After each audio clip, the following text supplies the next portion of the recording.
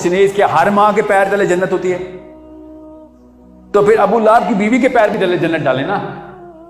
سوچیں. ایک motivational speakers ہیں، وہ بیان میں شارٹ کلپ میں کہہ رہے تھے کہ جو ماں کے قدموں تلے جنت ہے تو یہ ہر ماں کے قدموں میں نہیں ہے.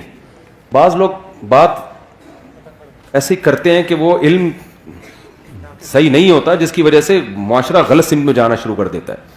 میرا مقصد ان کا مذاق اڑانا نہیں ہے، لیکن یہ بات چونکہ اس سے نوجوان غلط گائیڈ ہو رہے ہیں، اس لیے میں نے کہا اس کی وضاحت کروں گا.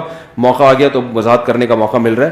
پھر انہوں نے محترم نے مثال دی کہ جو ابو لہب کی بیوی تھی، جس کے بارے میں قرآن میں آتا ہے اس کے گلے میں رسی تھی اور پھندا لگا اور مر گئی. بڑی کافر عورت تھی نا، تو وہ کافر عورت تھی تو وہ بھی تو کسی بچے کی ماں ہوگی، تو کیا اس کے بھی قدموں میں جنت ہے؟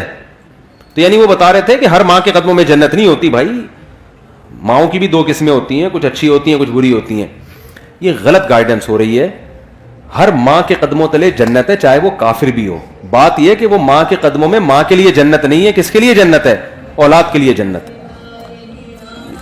میں اگر وہاں موجود ہوتا نا ورک شاپ میں تو میں کہتا ایکسکیوز می سر، ایک بات آپ سے کرنی ہے کہ ابو لہب کی بیوی اگرچہ جہنم میں جائے گی لیکن اس کے بچوں کے لیے اس کے قدموں میں اللہ نے جنت رکھی ہے. قرآن کہتا ہے وَإِن جَاهَدَاكَ عَلَىٰ أَن تُشْرِكَ بِي، کہ اگر تمہارے ماں باپ اتنے بڑے کافر ہیں کہ تمہیں زبردستی شرک پر مجبور بھی کریں، ان کی بات نہیں ماننی، لیکن صاحبہما فی الدنیا معروفا، پھر بھی ان کے قدموں میں تم نے جنت تلاش کرنی، دنیا میں اچھا سلوک کرنا ہے. یہی تو مطلب ہے قدموں میں جنت کا.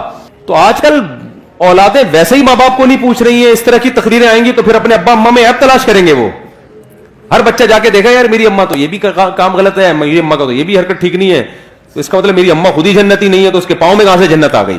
اور بھائی آپ کو ابا اماں کے فالٹ نکالنے کی اجازت نہیں ہے. اللہ نے ابو لہب کی بیوی کو برا کہا، اللہ ہے، اللہ کو حق ہے کہ کسی کو برا کہے، کسی کو جہنم میں بھیجے.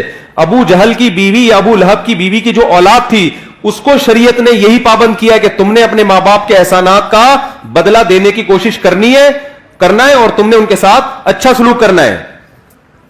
نہیں یاری میرا ہر بات سمجھ میں؟ تو آپ کو تو حکم ہے کہ آپ کے ابا اچھے ہیں برے ہیں بھائی، آپ